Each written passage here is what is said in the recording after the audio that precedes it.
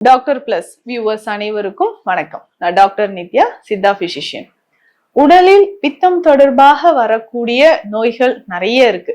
அதுல முக்கியமாக பார்த்தோம்னா பித்தம் அப்படின்னாவே நமக்கு கால் பாதத்தில் வரக்கூடிய வெடிப்பு நம்ம சொல்லுவோம். எனக்கு கால் பாதத்துல ரொம்ப வெடிப்பு இருக்குங்க, பித்த வெடிப்பு அப்படின்னு சொல்றோம். ஆனா இன்னைக்கு நிறைய பேருக்கு அந்த பித்த வெடிப்பு இருக்கு. அதை கவர் பண்றதுக்காகவே நம்ம ஷூஸ் போட்டுக்கிட்டு அதை மறைச்சிட்டு தான் இருக்கோம். ஆனா அதுக்கான சொல்யூஷன் என்ன, அது முழுவதுமாக நம்ம உடலை விட்டு போவதற்கு என்ன பண்ணலாம் அப்படின்றது நமக்கு தெரியல. ஆனா நம்ம உடல்ல பித்தம் அதிகமாக இருக்கும் பொழுது அதை குறைப்பதற்கான வழிமுறைகள், முதல்ல உடல் உஷ்ணம் அதிகமானா, இல்ல நம்ம உடல்ல டாக்ஸின்ஸ் அதிகமாச்சினாலோ, இல்ல நம்ம உடல்ல லிவர்ல செக்ரேட் ஆகக்கூடிய சில என்சைம்ஸ் அதிகமாக இருந்தாலோ, தைராய்டு சம்பந்தப்பட்ட பிரச்சனைகள் இருக்கும் பொழுது, அடுத்ததாக டைஜஷன் நமக்கு சரியா செரிமானம் நடக்கல அப்படின்னும் போதும் நமக்கு கால் பாதத்துல ஒரு மாதிரி வெடிப்பு வர்றதை நம்ம பாக்குறோம். இது கால் பாதம் குதிகால்ல அப்படியே ரொம்ப டீப்பா ஒரு சிலருக்கு இருக்கும். ஆழமான வெடிப்புகள் சில நேரம் ரொம்ப அழுத்தி நடக்கும் போதோ, உடல் உஷ்ணம் அதிகமாகும் போதோ நம்ம கால் பாதத்துல இருந்து ரத்த கசிவுகள் வர்றதையும் நம்ம பாக்குறோம். சோ இந்த மாதிரி வெடிப்புகள் ஒரு சிலருக்கு இருக்கும். கால் பாதம் முழுவதுமே நமக்கு வெடிப்பு இருக்கிறது ஒரு சிலருக்கு நம்ம பாக்குறோம். இது சொரியாசிஸ் கண்டிஷன்ல நிறைய பேருக்கு இருக்கும். கால் பாதம் மற்றும் கைகள், உள்ளங்கை, அப்போ உள்ளங்கை உள்ளங்கால் இங்கேயுமே நமக்கு பார்த்தோம்னா அதிகமான நமக்கு வெடிப்புகள், ஒரு வறட்சி தன்மை ஏற்படுறத பாக்குறோம். நேச்சுரலா ரொம்ப இயற்கையான முறையில இதை எப்படி நம்ம சரி பண்ணலாம்? ஏன்னா நிறைய பேர் பார்லர் எல்லாம் போயிட்டு நம்ம ஃபுட் நிறைய கேர் எடுத்து ட்ரீட்மெண்ட் எல்லாம் பண்றோம். திரும்பவும் இது வருது, திரும்பவும் ட்ரீட்மெண்ட், இந்த மாதிரி பண்றதை விட்டுட்டு நேச்சுரலாவே நம்ம என்ன ரூட் காஸ் அப்படின்றது தெரிஞ்சு நம்ம அதற்கான சிகிச்சைகள் எடுக்கும் பொழுது கொஞ்சம் கொஞ்சமாக கால் பாதங்களில் இருக்கக்கூடிய வெடிப்புகள் நமக்கு சரியாக ஆரம்பிக்குது. சோ பொதுவாக கால் பாதங்களில் வெடிப்புகள் ஏற்படும் பொழுது நம்ம என்ன ஃபாலோ பண்ணணும் அப்படின்றது ரொம்ப ரொம்ப முக்கியம். சோ இதுக்கு நம்ம பிளட் பியூரிஃபையர், லிவர் டானிக் இது எல்லாமே நம்ம சேர்த்து எடுக்கணும். அப்போ பேசிக்கா பித்தம் தணிவதற்கு சில வழிமுறைகள் இருக்கு. இதுல குளிர்ச்சி எண்ணெய் அப்படின்ற பெயர்லயே ஒரு எண்ணெய் இருக்குங்க. இந்த ஆயில் நம்ம பயன்படுத்தும் பொழுது, அதாவது கால் பாதங்களில் வெடிப்பு இருக்கு அதை பயன்படுத்தும் பொழுது உள்ளங்கை உள்ளங்கால் ரெண்டு இடத்துலயுமே நமக்கு ஒரு வறண்ட தன்மை, பித்த வெடிப்பு தோன்றும் பொழுது நம்ம அதை சரி பண்ணிக்கலாம். சோ அப்ப கால் பாதங்களில் நமக்கு வெடிப்பு இருக்கு, உள்ளங்கை உள்ளங்கால்ல ஒரு வறண்ட தன்மை இருக்கு அப்படின்னா இந்த குளிர்ச்சி எண்ணெயை பயன்படுத்தலாம். இதற்கு நமக்கு என்ன தேவை அப்படின்னா சிட்ராமனுக்கு எண்ணெய் தான். சோ இதுக்கு நம்ம அந்த விளக்கெண்ணெயை தனியா எடுத்து வச்சுக்கணும். விளக்கெண்ணெயோடு தேங்காய் எண்ணெயும் நமக்கு தேவை. ரெண்டுமே சம அளவு எடுத்து வச்சிடணும்.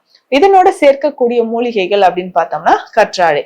அந்த கற்றாழை மேல இருக்கக்கூடிய தோல் எல்லாம் எடுத்துட்டு உள்ள இருக்கக்கூடிய ஜெல் நல்லா வாஷ் பண்ணி அரைச்சி நம்ம அது திக்கா எடுத்து ஜெல் மாதிரி எடுத்து வச்சிடணும் கற்றாழை.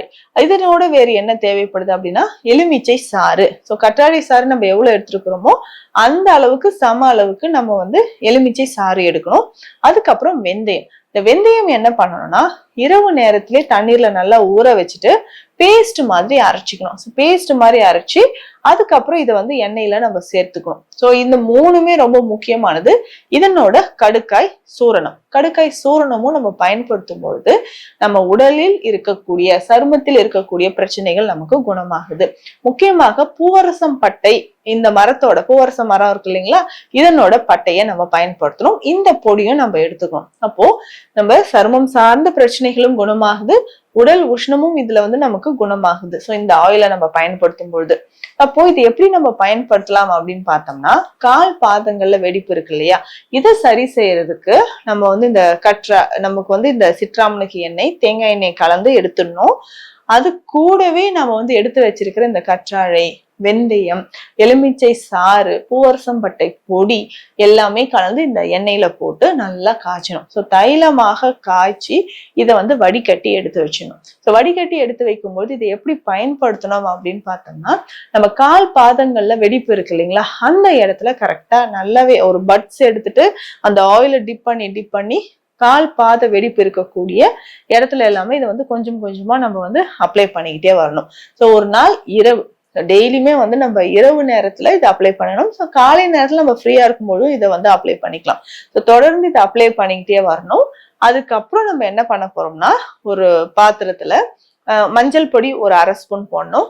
திரிஃபலா சூரணம் ஒரு 1/2 ஸ்பூன் போட்டு நல்லா கொதிக்க வச்சு இந்த தண்ணீரை வச்சுதான் நம்ம கால்களை வந்து வாஷ் பண்ணணும். சோ முடிஞ்ச ஒரு டப்ல கொஞ்சம் தண்ணீர் எடுத்துட்டு இந்த காய்ச்சின இந்த கஷாயத்தை அந்த தண்ணீருக்குள்ள ஊத்திட்டு கால்களை வந்து அதுல அப்படியே டிப் பண்ணி வைக்கணும். சோ அந்த மாதிரி டிப் பண்ணி வச்சிட்டோம்னா ஒரு 10 நிமிடங்கள் இருக்கும்போது கால் பாதத்தில் இருக்கக்கூடிய அந்த அழுக்குகள் எல்லாமே வெளியில வர ஆரம்பிச்சிடும்.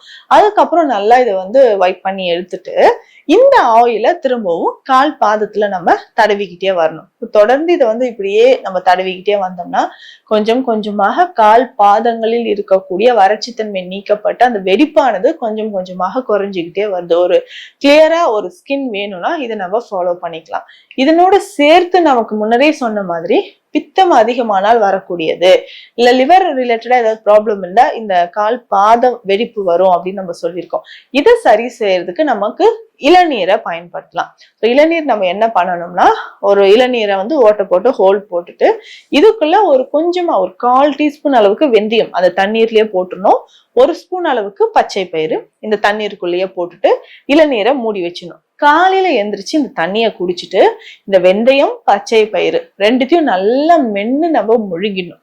சோ இதனால என்னங்க பலன்? ஒரு இளநீர் குடிக்கிறோம், இதுல கொஞ்சம் வெந்தயமும் பச்சை பயிரும் போட்டிருக்கிறோம். சோ இதனால என்ன ஹெல்த் பெனிஃபிட்ஸ் நமக்கு கிடைக்குது அப்படின்னு பார்த்தோம்னா உடல் குளிர்ச்சி அடைய ஆரம்பிக்கும். அதிகமான உடல் உஷ்ணம் இதனால வந்து தவிர்க்கப்படுது. அதுக்கப்புறம் டைஜஷன் ப்ராப்ளம் இருந்தாலும் பித்தம் தன்னிலைப்படுவதற்கும் பித்தம் சமநிலைப்படுவதற்கும் இந்த மாதிரி இளநீரை குடிச்சு பார்த்தோம்னா நமக்கு கால் பகுதியில இருக்கக்கூடிய வெடிப்புகள் குறைய ஆரம்பிக்கும். இதை தாண்டி உடல் உஷ்ணம் தொடர்பாக இருக்கக்கூடிய அதிகமான முடி உதிர்தல் பிரச்சனையோ இல்ல கை கால் மூட்டுக்களில் வலியோ இல்ல வாதம் அதிகமாக இருக்கு, மலச்சிக்கல் தொந்தரவு இருக்குன்னா இதை சரி செய்யறதுக்கும் இளநீரை இந்த மாதிரி குடிக்கலாம். சோ இந்த பதிவில் கை கால்களில் ஏற்படக்கூடிய வறட்சி, கால் பாதங்களில் ஏற்படக்கூடிய வெடிப்பு இதை எப்படி சரி செய்யலாம் அப்படின்றத பார்த்தோம். நிச்சயமா உங்களுக்கு பயனுள்ளதாக இருக்கும்னு நம்புறேன். மீண்டும் அடுத்த பதிவில் சந்திக்கலாம். நன்றி.